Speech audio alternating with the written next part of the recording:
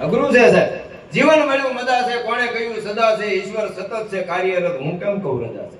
અખિલ બ્રહ્માંડનો માલિક કાળિયો ઠાકર પરમાત્મા છે, જે સૂરજને ઢાંકી કે મહાભારત નો રોકી કે સાહેબ.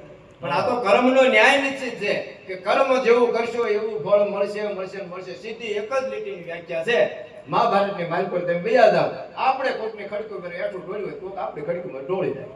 આપણે કોકના હુકાતા લુગડામાં છાંટા ઉડાડે, કોક આપણા લુગડામાંથી ઉડાડે છે. હા, યાદ રાખજો, આ મેં તમને કીધું ને એની કોઈ આદેશ મર્યાદાનો છે. કર્મ કરવું જ પડશે. હારું હારાનું નરવું મળવાનું છે. મુશો મરડતા મય પતિ ગદબ હતા ગંભીર હબળ એના શરીર મહાણે જોયા મેકરણ. અખિલ બ્રહ્માંડના માલિકને જવું પડ્યું, રાઘવેન્દ્ર સરકારને જવું પડ્યું, મારે તમારે જવું. પણ સીધો દાખલો છે રામાયણમાં. મારા તમારા શાસ્ત્રો, મારા તમારા ઉપનિષદો મને તમને ઘણું સમજાવી દે છે. રામાયણની માલ પર ઉયાવો મારી હારવાર, એટલે તમે બધા ભણેલા બેઠા છો. ગણજો હારવાર સાહેબ. રામને 4 ભાઈ, 4 એના પત્ની 8 થયા, 3 એના માતા 11. એક રાજા દશરથ કે જેની ઇન્દ્ર ઈર્ષા કરે એવું રાજા દશરથનું સિંહાસન. 12 જણાનો પરિવાર થયો સાહેબ. પણ એ 12 જણાના પરિવારે આખી દુનિયાને શીખવાડી દીધું જીવન કેમ જીવાય.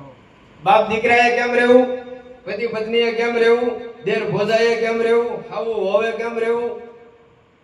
12 જણાના પરિવારે આખી દુનિયાને શીખવાડી દીધું જીવન આમ જીવાય. એની સામે મહાભારતમાં વયા જાવ, હો ભાઈઓ હો ભેગા થઈને ભૂંગળીઓ કેમ વળવે ન્યા જાવ.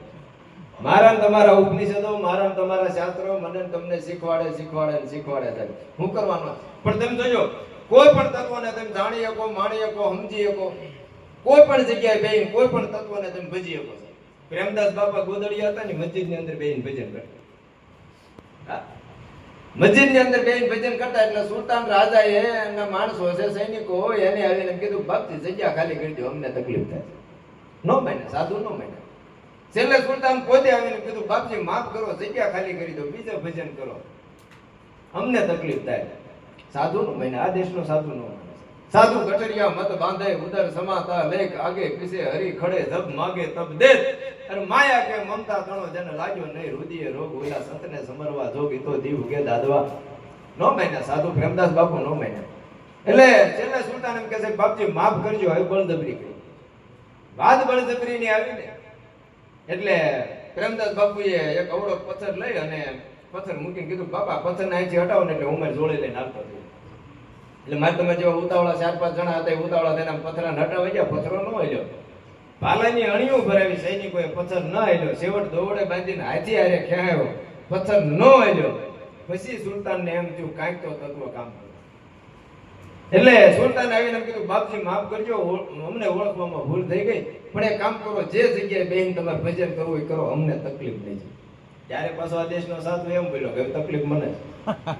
નાખી ખંભે જોડી અને જ્યાં હાલતા એટલે સુલતાન આડો પડી ગયો. બાપજી નો રોકાવતો તમારી ઈચ્છા, પણ આ પથ્થરને કાંઈક તે મૂક્યો ને કાંઈક બોલતા બોલતા કહેતા હતા મૂક્યો. ત્યારે હું કીધું એ તો કયો. ત્યારે આ દેશનો સાધુ બોલ્યો કે મેં પથરાને કાંઈ નથી કીધું, મેં તો ખાલી પથરાને એટલું જ કીધું હતું મારો હનુમાન હોય તો અહીંથી હલતો નહીં, નો હલ્યો. સાહેબ ઈશ્વર આવે તમારું નાગરીનું સમર્પણ હોવું પડે છે. આપણને માગતાનું આવ્યું, આપણે બોલતાનું આવ્યું, આપણે જીવતાનું આવ્યું છે. હા, માણસની જાત માગી માગીને 2 બંગલા 2 ગાડીઓ 2 ફોરવ્હીલો આપણે માગી માગી. કોઈ ભજન નથી માગ્યું, કોઈ આ પંચતત્વનું ખોળ્યું છે, કોઈ એ નથી માગ્યું છે. હા, અઘરું છે બહુ. જીવન મળ્યું મજા છે, કોણે કહ્યું.